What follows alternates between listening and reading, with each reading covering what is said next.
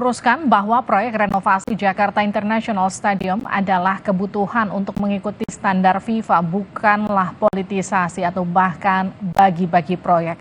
Kami akan bahas bersama dengan staf khusus Menpora bidang peningkatan prestasi dan pengembangan industri olahraga, Ardima Ramaputra.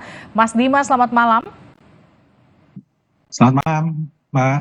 Kita juga akan sapa Akmal Marhali dari Save Our Soccer. Mas Akmal, selamat malam. Selamat malam, Livi. Salam sepak bola. Salam sepak bola. Saya ke Mas Dima dulu ya, Mas Akmal. Mas Dima, perbaikannya mulai dari rumput sampai lahan parkir. Sejauh mana memang JIS ini dari standar FIFA? Jadi memang pertama kita jelaskan dulu bahwa memang untuk mengikuti event-event FIFA atau internasional kan pasti ada pemeriksaan lagi dari FIFA apakah memenuhi standar atau enggak. Dan itu lazim banget dan telah dilakukan untuk persiapan kemarin bahkan yang FIFA U20 sudah ada revitalisasi dari rumputnya atau dari stadionnya itu di 6 stadion gitu untuk U20. Jadi kalau memang JIS mau mau menjadi venue U17, menurut saya itu hal yang sangat lazim dan jauh dari politisasi karena memang ya itu lazim dilakukan gitu untuk itu. Nah kalau untuk sejauh mana dari standar FIFA memang secara teknis sebenarnya JIS itu bahkan kemarin pas Mas Menteri ke sana juga mengakui bahwa JIS ini stadion yang sudah sangat bagus dan modern. Bahwa ada beberapa hal yang kurangnya akses dan kurangnya lahan parkir itu akan segera diperbaiki. Akses pun utamanya di akses pemain. Jadi kalau kita bilang jauh banget dari standar FIFA, secara stadion sebenarnya tidak, tapi memang aksesibilitas penonton yang baru satu pintu seperti Menteri PUPR kemarin jelaskan akan ditambah 5 pintu lagi, ditambah JPO dan akses pemain untuk masuk ke ruang ganti itu yang akan diperbaiki. Gitu. Mas Dima, kalau akses itu kan memang isu lama ya dari JIS ini. Tapi kalau kita bicara soal rumput jenis hibrida, bukankah rumput ini juga dipakai oleh stadion-stadion top di Eropa, Mas? Kenapa ini harus diganti? Jadi kalau untuk harus diganti apa tidaknya, sesuai inspeksi kemarin memang kan rekomendasinya diganti. Itu udah yang dari Pak Basuki juga. Yang pasti kita, karena memang revitalisasi stadion juga yang kemarin itu, dari 6 stadion itu kalau tidak salah, beberapa ada yang diganti juga, tapi ada yang hanya dijahit saja. Lalu kita melakukan pemeliharaan dengan standar FIFA, membeli alat-alat. Jadi itu Kemenpora anggaran untuk U20 itu ada membeli 36 alat mowing untuk rumput. Yang itu untuk pemeliharaan. Jadi memang untuk rumput ini agak berbeda gitu setiap stadion. Entah itu memang dari pencahayaannya dan apanya dan lainnya gitu. Jadi bukan soal jenisnya tapi kualitasnya ya, pemeliharaannya kah? Pemeliharaan dan kualitasnya karena kan memang kita tahu di JIS kan jarang dipakai untuk sepak bola kan di dalamnya pertandingan. Gitu. Saya ke Mas Akmal. Mas Akmal, bagaimana Anda melihat kritikan soal politisasi renovasi JIS? Ya, kalau soal politisasi ini wajar karena memang tahunnya tahun politik. Jadi kalau orang yang kemudian menganggap bahwa ini ada upaya politisasi dan sebagainya, itu merupakan hal yang wajar. Bahkan saya mewanti-wanti itu semua. Kenapa? Karena dari awal misalnya Piala Dunia U20 kita batal, itu karena politik. Nah, akhirnya jangan sampai kemudian orang takut Piala Dunia U17 jadi batal juga karena urusan politik juga.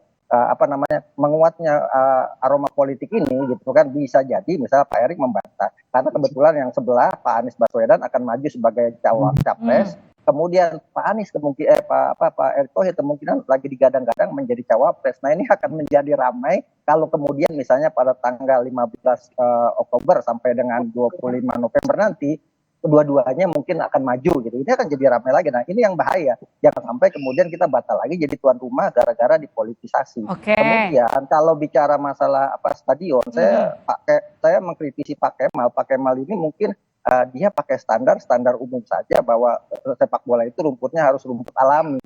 Sehingga kemudian mau diganti rumput JIS ini dengan rumput dari lapangan golf misalnya. Dianggap rumput stadion JIS ini tidak layak. Ini stadion JIS ini rumputnya sama dengan rumput Allianz Arena, sama dengan rumput Wanda Metropolitano di Stadion Atletico Madrid, sama juga dengan itu yang tadi saya bilang. Iya, di Tottenham Hotspur. Dia itu jenis hibrid yang dimana ditanamnya ditempel di karpet. Jadi kalau kemarin diinfeksi, wah ini nggak benar nih, rumputnya pendek karena ada karpetnya gitu, harus diganti. Itu sebuah penilaian yang salah. Jadi saya pikir agar kemudian tidak melebar ke arah politisasi, saya pikir paling gampang adalah FIFA langsung yang melakukan inspeksi, sehingga kemudian akan jelas masalahnya. Nah, kalau kemudian stadion JIS ini saya melihat kelemahannya cuma satu, soal akses. Jadi tadi Mas Bima itu benar. Bagaimana akses ini kita benahi sama-sama karena ini bagian yang paling penting.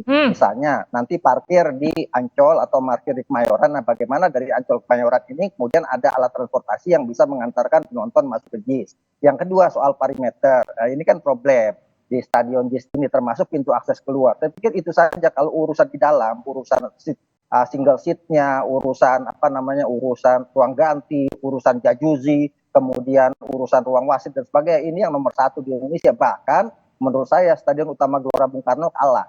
Tapi yang lemah di JIS ini adalah areanya, di mana area itu kan ada penduduk di situ, kemudian juga ruangan antara stadion dengan altarnya atau area sekitar itu sangat mepet sekali. Sehingga kalau mau pasang parameter agak repot dan akan banyak orang yang akan menumpuk di luar. Itu pernah terjadi kalau kita nonton kemarin konsernya Dewa 19, itu penumpukan terjadi, atau kemarin waktu peresmian antara Persija melawan klub Thailand itu terlihat begitu sulit itu untuk supporter masuk dalam satu pintu. Nah, saya pikir konsentrasinya ke arah sana. Kalau kemudian konsentrasi sampai ke rumput dan sebagainya, Livi, ya wajar. Terlalu melebar ya? Terlalu melebar, orang berpikir akhirnya politik. Padahal penggemar bola nggak berpikir soal politik. Penggemar bola tujuannya adalah kita nonton Piala Dunia U17.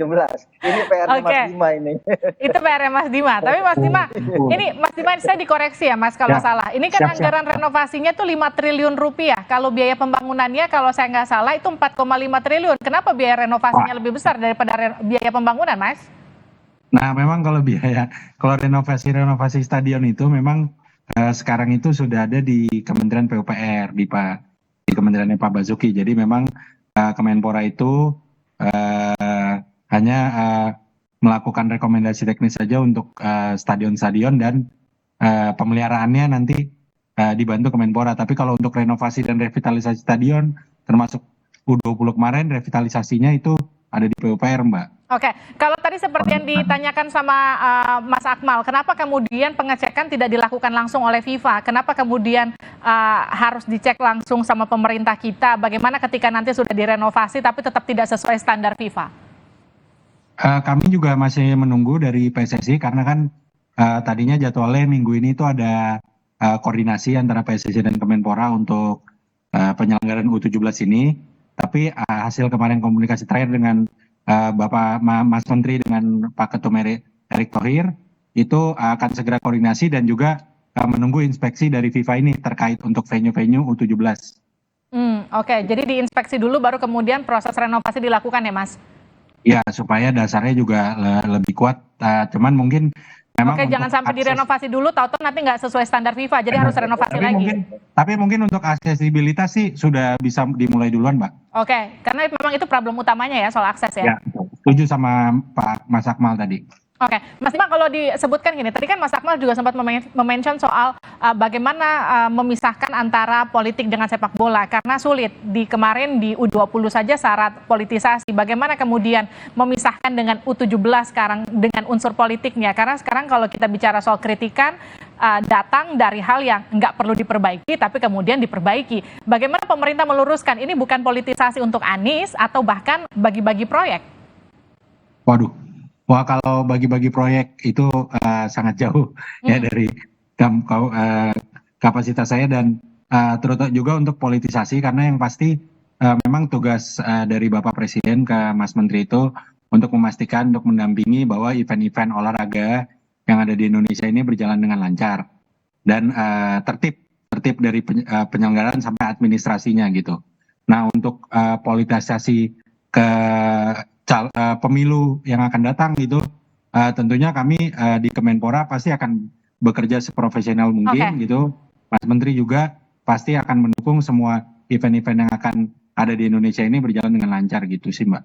Mas Akmal, terakhir untuk Anda, memisahkan sepak bola dengan politik, ini pernah kejadian di U20 meskipun tidak terbukti langsung, bagaimana kemudian ini tidak terulang di U17?